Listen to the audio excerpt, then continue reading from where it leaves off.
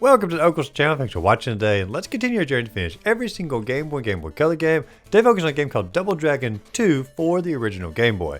Now, I don't know a whole lot about Double Dragon in general. I do have a couple of the NES games in my collection back here, but I didn't have them growing up, so I don't have like a lot of nostalgia for them. And truth be told, I've never actually finished any Double Dragon game before until this one.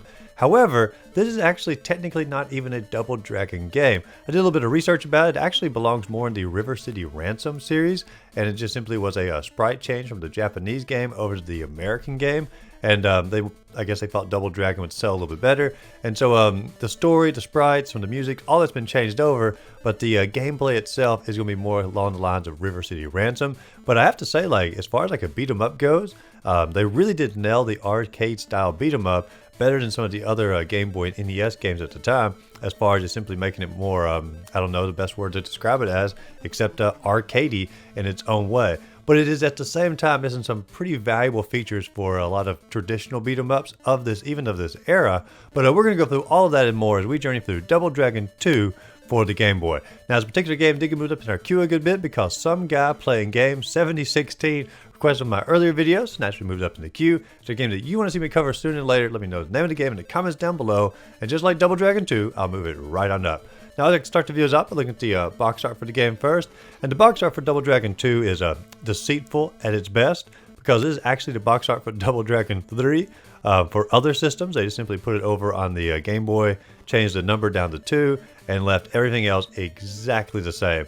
And so nothing on this cover corresponds to anything that's going to happen in this game storyline-wise.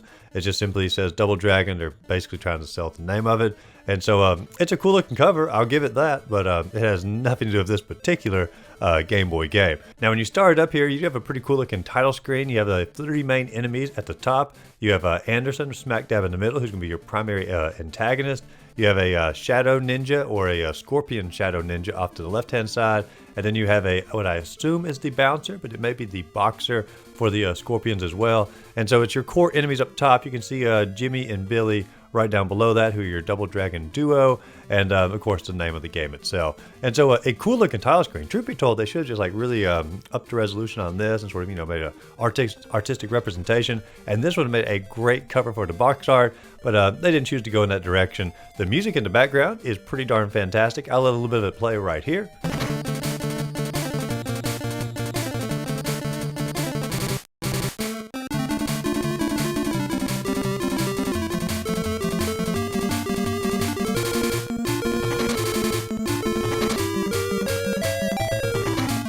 Honestly, the entire soundtrack is pretty top tier, but this song and the song in the credits, which I'll also let play when we get there, are just really excellent songs. It sort of set the tone for a fast-paced beat 'em up style game. Now, when you start up here, you do have an option of 1 player or 2 player, which is pretty darn cool. You can actually use a link cable, and you can hook up to another Game Boy with the game pack in it, and you can actually do a 2-player co-op mode for this particular beat 'em up. And as far as I know, this is the only full link cable beat 'em up game that's on the Game Boy, and so that's a pretty big plus in its own right. But we're going to go through it a single player experience here. So we start up, and we do get a little bit of the background, and it sort of picks up after the events of what I assume is Double Dragon 1 on the Game Boy. You've basically saved New York City, and Jimmy and Billy, they decided it's time to perfect their martial arts skills. They join a local gym called the Scorpion Gym, begin to climb the ranks inside the gym, get all the way to the top. They are teachers in the gym, and Gordon, who's the overall headmaster of the gym, I'm sure there's a correct term for a ninja gym or a martial arts gym, but Gordon, he basically says you're fantastic, you're the best that we've ever had here. But there's another fella at the gym named Anderson who's actually jealous of Jimmy and Billy's success, and so what he decides to do is he frames a murder on them. He murders a fella. His name was, make sure I get it right here, Wright, W-R-I-G-H-T. So I guess I did get it right by saying make sure I get it right. Ha ha. But anyway, sorry, that was really, really corny. But anyway, he kills off Wright, and when he kills him off, he blames the murder on Jimmy and Billy. And the headmaster, or the highest up in the gym, Gordon, he decides to go after Billy and Jimmy and try to bring them to him to hold them accountable for the murder of Wright, even though they didn't do the murder. It was all a frame by Anderson to try to get him out of the gym. And that's where our game is going to pick up, with the thugs are going to be coming after Jimmy and Billy to try to capture them, to bring them to Gordon, to hold them to their justice. Now, there are 3 main missions in the game, and there are 4 stages in the first mission, 4 stages in the second mission, and only 2 stages in the third mission. And some of the stages are a good length, some are really, really short, but we're going to go through every single stage we're going to fight through for this particular game. So the first stage we're going to go into is going to be called the streets, I assume, because you're just simply fighting in the streets. And your keys for this game, you press the A button as your punch button. If you press the B button, that's your kick button. And there is no jump button, which I was a little disappointed about. But you can actually do like an uppercut by pressing the 2 buttons together. But there are tons of like variations on the fighting style here. Like you can do a few punches and then a kick, or a few punches and back away and then another punch.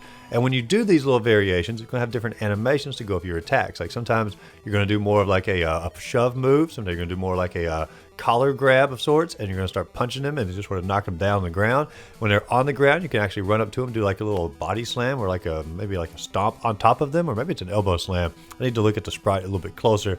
But there's all kind of variations that you can actually do for the fighting style. And so even though it's really simple, it's just simply a punch and a kick button, depending on how you mix it up, you can actually make the fighting in the game look way more dynamic and exciting than it probably really is. So as far as like making a beat 'em up style game feel like the arcade, this variation really does go a long ways to capturing the feel of an arcade. And not to mention like the overall, like being able to move up and down the screen, just like you would a traditional beat 'em up. This feels way better than some of the other ones I've played, like the Turtles games. It just, like I said, it feels more like an actual arcade game. However, that doesn't mean that it's going to be a perfect arcade fighter style as we go. There are some things I definitely do miss. Like I mentioned earlier, I do like a jump button, and there is no jump, but that's not like a total deal breaker.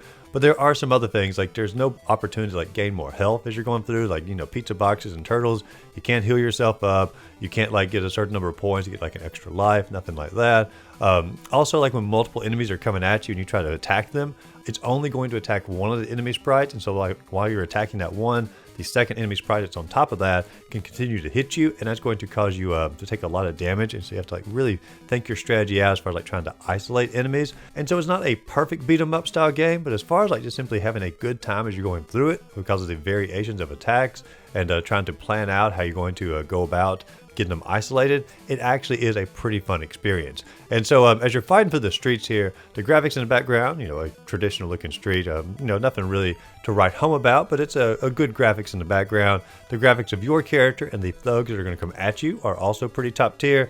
I don't really know how to describe the thugs that are coming at you, so I'll do my best. One looks like Leon Kennedy from Resident Evil 2. And you can see on the sprite here, that's what I think he looks like. There's the traditional Mohawk punks, because what 80s or 90s game would be complete without a Mohawk punk to go along with it? And then the baseball bat punks as well.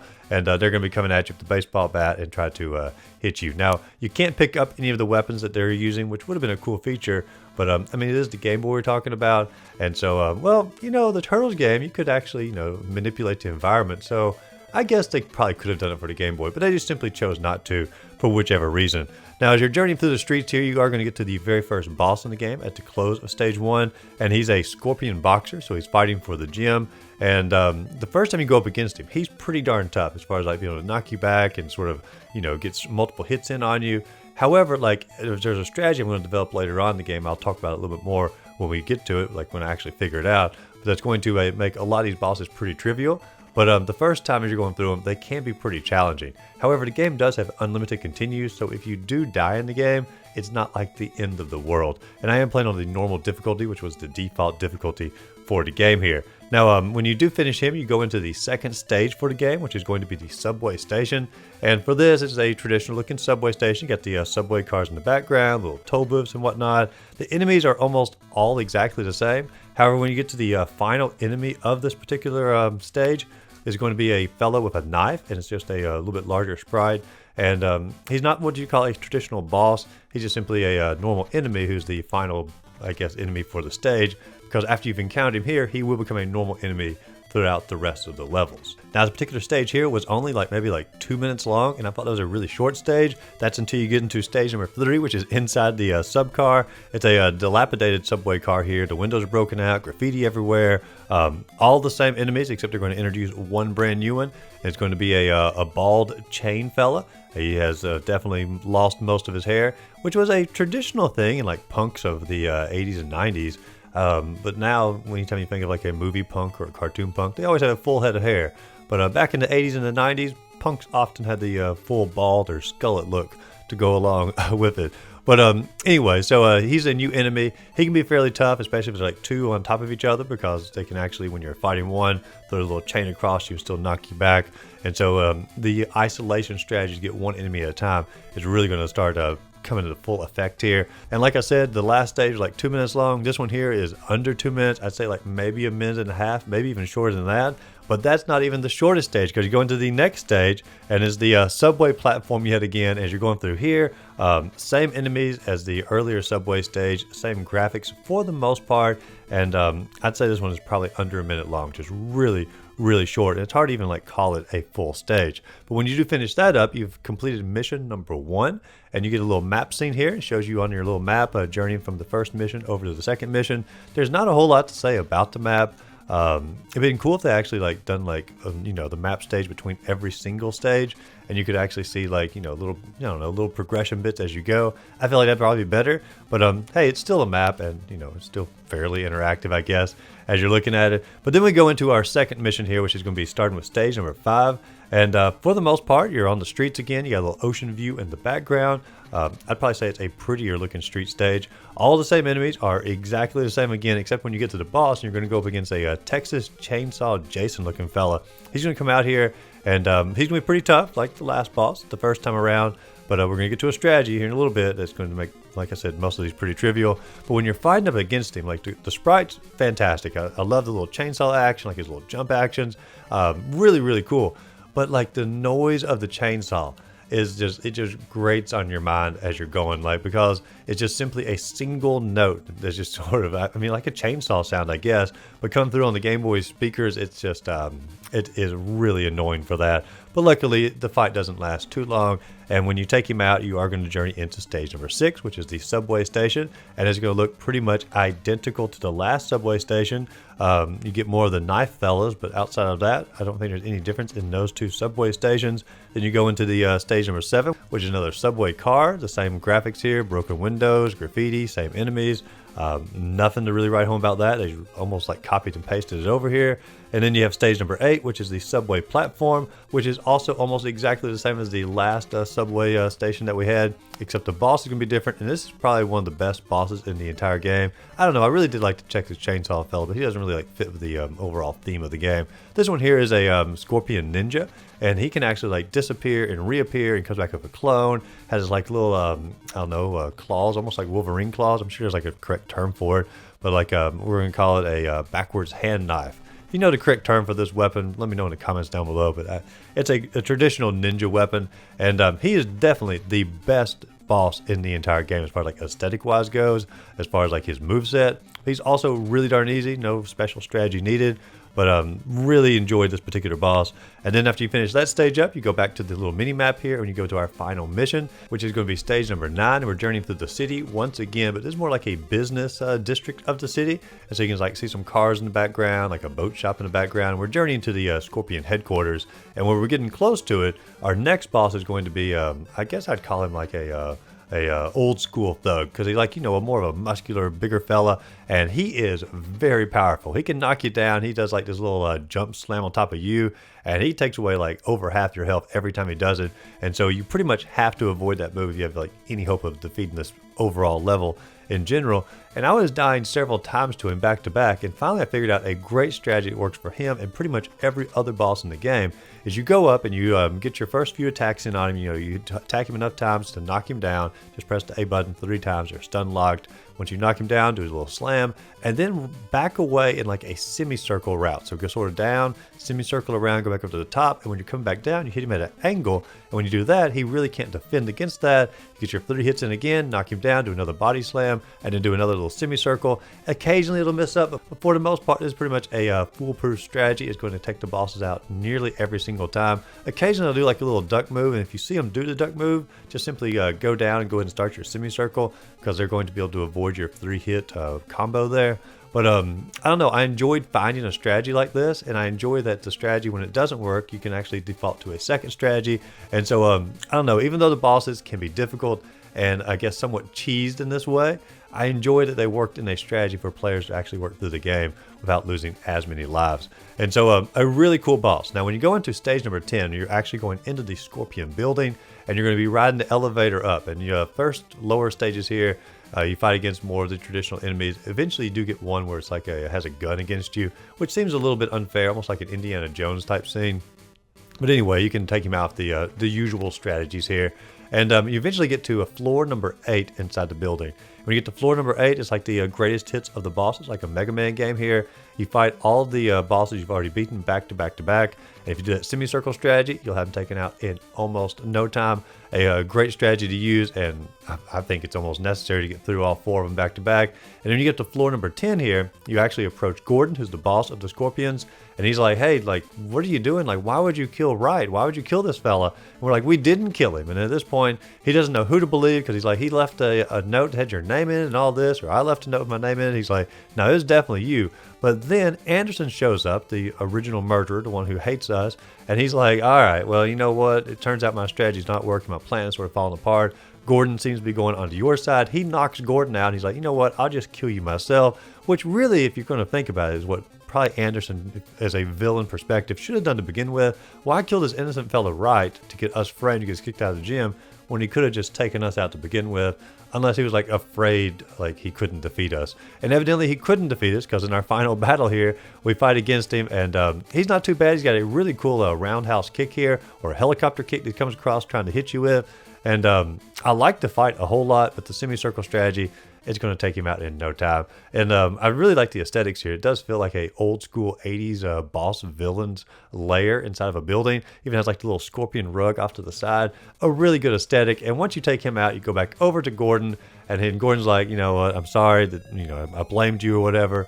And then basically we agreed that we need to defend the Scorpions together, and they need to be protected, the organization as a whole. And, you know, we don't need to let people like Anderson take over as much stake as they had in the past. And then the credits begin to roll. And a great closing credits here song. I'll let it play in a little bit right here.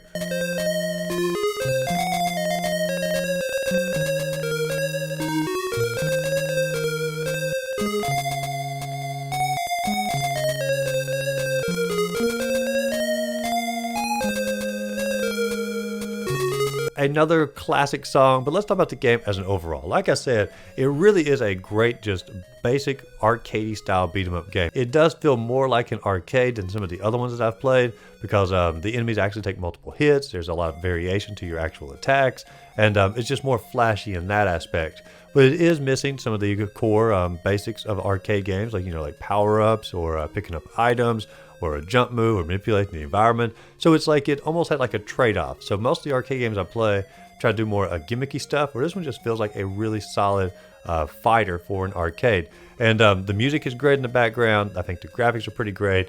And so it also has that multiplayer feature. You can connect the two together, which is the only Game Boy arcade style game that I know of that has that.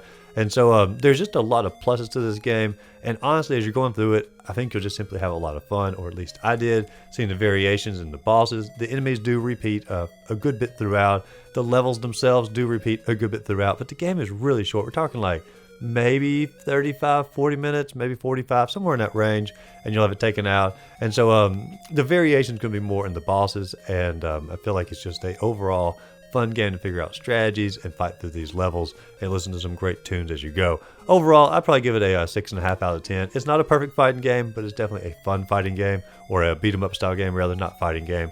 But I don't know, what do you all think? Did you enjoy Double Dragon Part 2 for the Game Boy? Let me know in the comments down below. And as always, if you enjoyed this video, be sure to like and subscribe to the channel. Check out my other videos listed up above, and go out there, find a great game to play. Simply have a great rest of the day.